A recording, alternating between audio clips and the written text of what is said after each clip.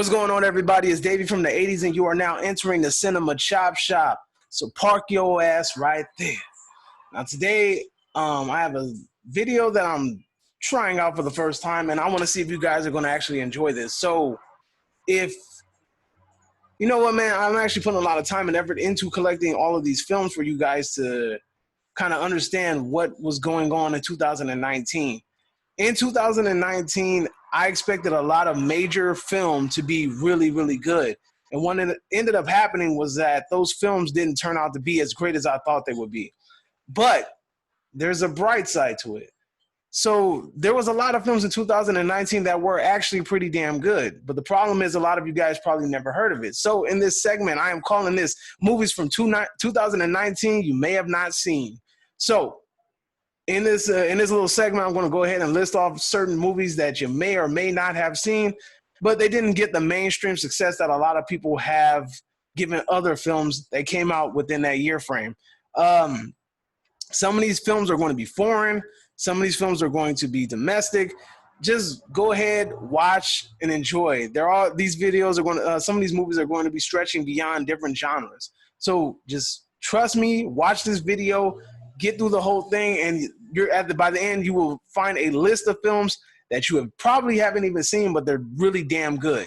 So the first movie, The Body, which is a Spanish film called El Cuerpo, right? This movie stars an actor by the name of Jose Coronado, and this movie is really, really, really good. It's like kind of like a mystery thriller, and it's kind of based on these detectives trying to solve a mystery after this man's wife's body is found.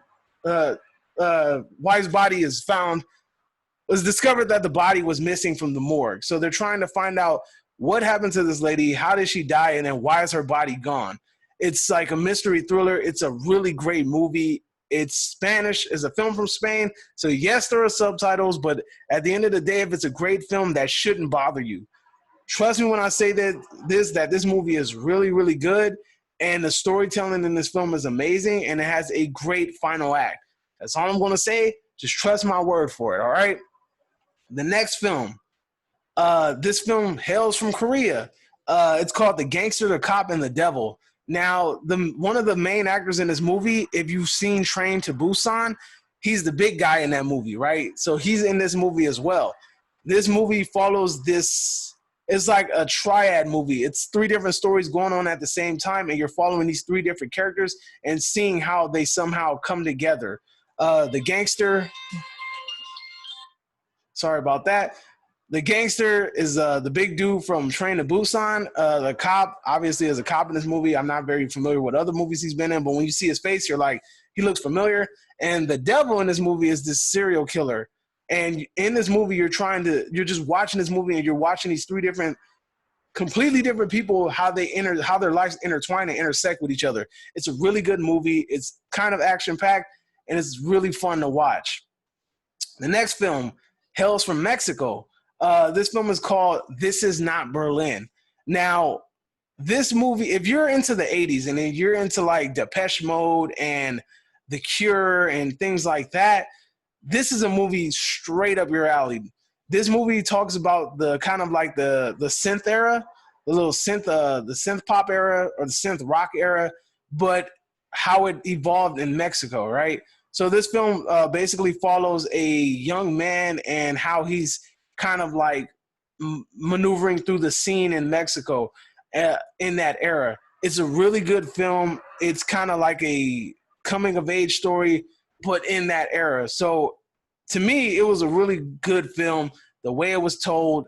And honestly, I think that it's on Amazon Prime. So if you get a chance to see it, it's on Amazon Prime for sure. I really think that you should take the time out of the day to watch this movie. It's called This Is Not Berlin. Really great movie. Next movie on my list is I believe it's an Italian film. I bet you're sitting there like, dang, dude, how many damn foreign movies are you going to recommend us? A lot, because that was foreign movies were really good last year. This movie, I think, is hails from Italy. It's called Piranhas. It's a coming-of-age gangster flick. It shows it's about this young man and his little crew that they're basically trying to come up and boss up in the mean streets of Italy.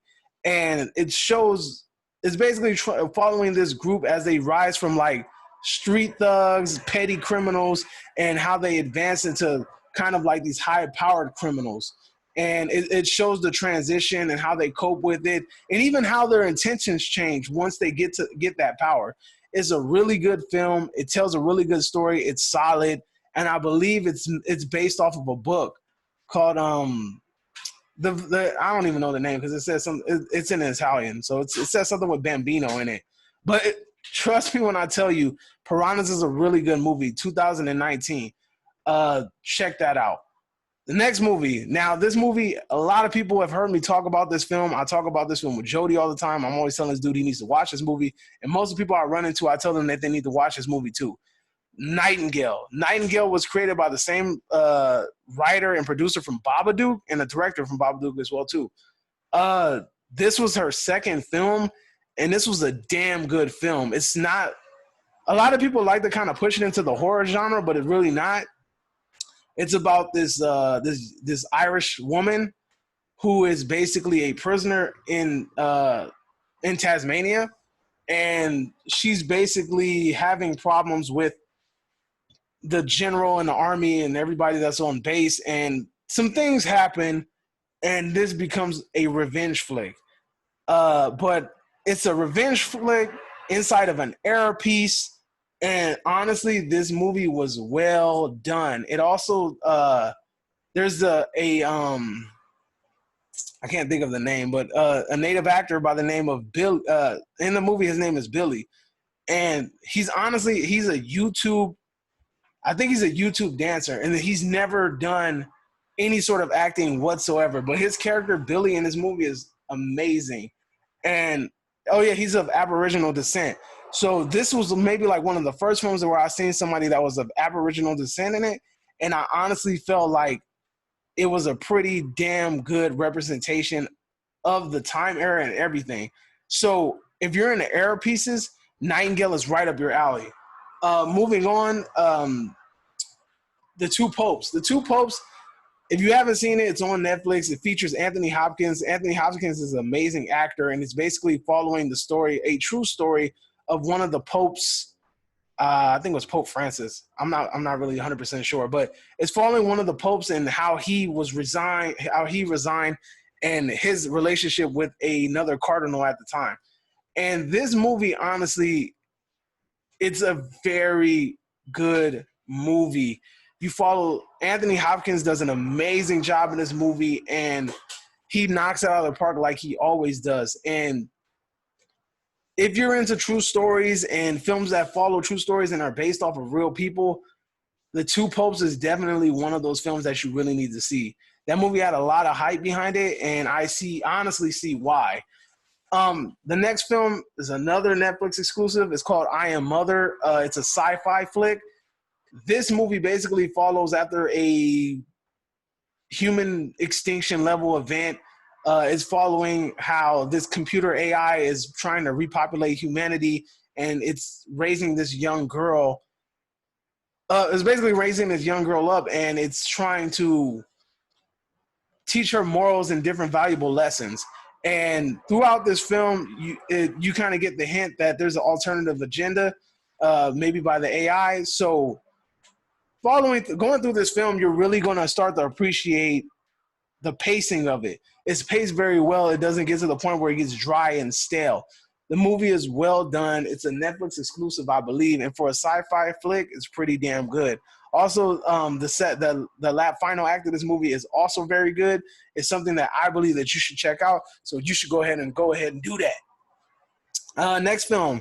You know I'm a horror guy, so I had to throw this one in it. Haunt. I don't know if it's directed or it's produced by Eli Roth. Eli Roth, if you don't remember, he's the guy that did Hostel. For a horror movie, it's not something that's super complicated. It's not something that's going to blow your mind or anything like that with the level of storytelling. It's just gory fun. It's a fun film. It's something to watch. It's really entertaining. It's about this group of young people who are trying to get scared on Halloween. So they go and they find one of these mazes, and in the maze they make them sign a waiver saying that, oh, we're not responsible for anything that happens to you. But little do they find out that there is some real wicked business going on in these mazes. So I think that this film was a lot better than I thought. I thought it was really going to be a boring film, but when I watched it, I was really into it. And honestly, I think if you're a horror person, you'll probably be into it too. Hunt, go ahead and check that out. Next film on the list, based off of an anime, I believe it's Alita Battle Angel. Now, a lot of people use Alita Battle Angel as an example of how you should make a film with a strong female lead. And I honestly agree. It didn't feel forced. It didn't feel like pushed on you. It was just supernatural. She was just a badass to begin with. I'm not very familiar with the actual anime, but if it's anything like the movie, then it must be really, really good. So I might have to check that out. But if you haven't already done so, you should check out Alita Battle Angel. It was very entertaining, action-packed, and honestly, the CGI in the film is done in a very respectable way. It doesn't make you feel like you're being overwhelmed. Sometimes people have sometimes some films overdo it with the CGI. This film didn't really feel like that. It didn't feel too fake. So to me, it was an honest interpretation of an anime. And a lot of people didn't like the whole big anime eye feels, but me personally, I thought it was a good touch. But, we're all different people. So if you haven't already done so, go ahead and check out Alita Battle Angel. Next one on the list, Ford versus Ferrari. This is a true story about how Ford was trying to beat Ferrari. And it follows the story. Who's in this damn movie? I think Christian Bale's in this damn movie. But anyway, yeah, right. But anyway, Ford versus Ferrari was a very interesting story. Me personally, I love movies that are based on true events. This movie was very interesting. If you're into the car racing scene, if you're into history, then this movie is right up your alley. The movie was amazing. The acting in the movie was amazing. And the storytelling and pacing was excellent. And honestly, once you get to the end of the movie, you're like, damn, like it really feels like an adrenaline rush when you're watching it. If you haven't done so already, make sure you go check out Ford versus Ferrari, excellent film from 2019. Moving on, Beneath Us. Beneath Us might have fell under a lot of people's radar. It's basically about this white family that hires these day laborers, and they want them to build this back house. Shit turns real ugly real quick, and they're basically holding these people hostage in order to finish this damn house. And this movie feels like a Hispanic version of People Under the Stairs. If you like People Under the Stairs, then 9 times out of 10, you're going to actually enjoy this movie. It's not a bad film. It's horror. To me, it's horror, but it's done in a respectful way. If you haven't seen it already, I honestly think that you should check it out. And if you like I said, if you like People Under the Stairs, you're most likely going to like this movie. Now, the next movie on this list, I'm going back to a foreign movie. This movie is called First Love. This movie was done by Takashi Miike. I want to call him Mickey. But anyway, if you don't know who Takashi is, Takashi basically did the movie Itchy the Killer. A lot of people in the horror genre, or a lot of people in the that know a lot about foreign films or even cult films, they know about Itchy the Killer. So in this film, it basically follows this young boxer who I think is who's found out some life-changing news, and we're following some events that unfold within the span of a day. So this movie is such a freaking adrenaline rush. Like it kind of starts off very slow. It's not slow, but it starts off well-paced, and then it just speeds up.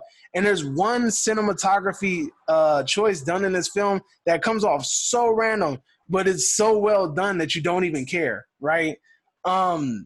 This film is honestly very, very interesting. It's very good. It's something that I had to go buy this film once I found out that it was going to be released on Blu-ray. I went and I purchased this film as soon as I found out that I pre-ordered this damn movie, and I waited for it to drop. I paid full price for this damn thing, so it must be a good movie because I'm cheap. So, moving on, Parasite. I know a lot of people are gonna be like, yeah, you know, everybody knows about Parasite. Parasite won all these awards and la la la la la la la la la. Whatever, but have you seen it though? A lot of people talk about how many awards Parasite has won, but have you even seen this damn film? I know so many people that sit here and talk about, oh yeah, I heard about that film, but they still never seen it. So that's why this damn movie's on this list. If you haven't seen it already, take your ass up and go watch that damn movie. Parasite is a one-of-a-kind story. It's basically a story following a family just trying to make it through life. And they are complete hustlers. They are complete swindlers. And this movie has everything from freaking comedy to a thriller to kind of like a horror. And to me, this movie is a well blend of all things great. Koreans tell stories like no other, in my opinion. A lot of Korean films that I watch, they have storylines that I would have never even imagined to be possible. And it's done with such taste and with such grace that you just can't help but to not watch the damn movie. Like, we literally got done watching another Korean film that I'm gonna end up reviewing eventually later on down the line. But let's focus on Parasite. Parasite won all them damn awards for a reason. You need to go ahead and watch that damn movie. Next item on the list, Lighthouse. A lot of people ended up watching Lighthouse because they knew that Robert Pattinson was going to end up playing Batman. So they wanted to see how much acting chops Robert Pattinson has. He has, I mean, if you've seen Good Times, then you know that he has very great acting range. He's not some like, oh, I just came up on a scene and I'm just trying to like fit in type actor. He's actually a very talented actor and people are underestimating him. But Lighthouse shows how much of an extraordinary actor he is. Very limited cast, black and white film, all about storytelling and cinematography. This film is very, very unique. It's very ballsy for being black and white. And it does a really great job at telling a story. I think that if you have time on your hands, you should definitely pick up Lighthouse and watch that film. Moving on, another film that a lot of people know about, but have you really seen it though? Uncut Gems featuring Adam Sandler. All right, now I'm gonna be honest with you, and this film is really something that I thought was gonna be great and spectacular, but at the end of the day, it just turned out to be good. I was kind of hesitant to put this on the list because I know it's a really good film, but it didn't meet my expectations on how great I thought it was going to be. I don't know if that's because I was putting too much hype behind it or what, but in all honesty, it's still a great film. Adam Sandler does a really good job, but me personally, I focused more on the supporting cast around him. Old boy from Sorry Not to Bother You does an amazing job in this movie. Kevin Garnett showed off some amazing acting chops in this movie. And to be honest, to be frankly clear with you, bro, I feel like, a lot of the people around Adam Sandler did a damn good job. Kind of did a better job at selling the movie for me than he did. But it's still a really great movie. It talks about, it's a movie following this ballsy-ass jewelry salesman who's just trying to make a buck. And it just goes over his whole life and within the span of a couple of days. This film is still good. It's something that you should check out. And if you haven't done it so already, go ahead and do so. I believe it's on Netflix as well. Next item of business, Crawl.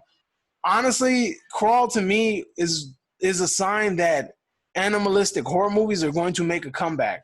I really think that is going to be a thing again. Because you had Crawl, before that you had Meg, and then a lot of people were drooling over Piranhas and 47 Meters Below and things like that. 47 Meters Below was good. The sequel to that was fucking whack. But I digress.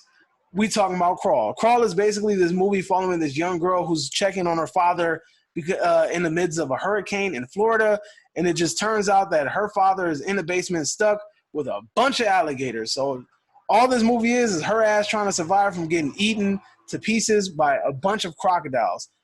It's a great movie. It's a thriller. It kind of keeps you at the edge of your seat. It's something that you should definitely watch if you haven't done so already. Crawl is one of those, I'm going to sit down. It's a flick that you can sit down and watch with friends, watch with your girlfriend. It's very entertaining and fun to watch. I would recommend this movie any day of the week. Go ahead and pop that in. Next movie, I actually saw this movie, a pre-screening of this movie twice, almost a damn year before it came out. This is a movie that's like a little known horror movie called The Prodigy. This film follows this little boy. Basically, this little boy is born on the same day that this damn serial killer was killed, and basically the movie is following what's thought to believe the soul possessing this little boy. So you're gonna have to find out the movie. You're gonna have to watch the damn movie to find out. But this little boy is a crazy ass kid, and they need to find out why. So you're following. If you like movies like The Omen and Children of the Corn and Village of the Damned and movies with like little kids that kill people or little kids that do some freaky shit, Prodigy is right up your alley. That whole cerebral dual eye thing was kind of creepy, and honestly, I feel like this is low-key an underrated classic for horror people. If you're a horror person, you should definitely go ahead and check out The Prodigy. It's way better, and it flies under a lot of people's radar. Go check that out. The last two items on this list are movies that I just added literally within a day. I had to go find these movies and watch them for myself in order to find out if they were as good as they were advertised. Actually, it was 3 movies, but that third movie sucked, so it's not going to make the list. Corpus Christi. Corpus Christi is a Polish film, and I believe it's available on Amazon. So Corpus Christi follows this ex-convict getting out of juvenile hall, or a convict. He's getting out of juvie, and he wants to become a pastor. But the pastor straight up tells him, like, you know what? They're never going to allow you to be a pastor. You're never going to be allowed to go to seminar school because look at you. Look at your history. You're a criminal. You're never going to be able to do it. So he's sent to this area to work, and what he ends up doing is he lies and tells everybody he's a damn pastor. And basically people believe him, and he begins giving sermons in an area, and also he's kind of stuck there to end up solving a problem within the community. So it's more of a story. It's more of a story that's within a story, if that makes any sense. But Corpus Christi is honestly a very good story. It's a movie. This movie has really good pacing. It doesn't make you feel like it's going slow. And yes, it is a foreign movie. It's in Polish, so you will have to read subtitles. I can hear it now. I don't want to read subtitles. Well, go ahead and pop that damn movie anyway in and watch it, because Corpus Christi is a damn good film.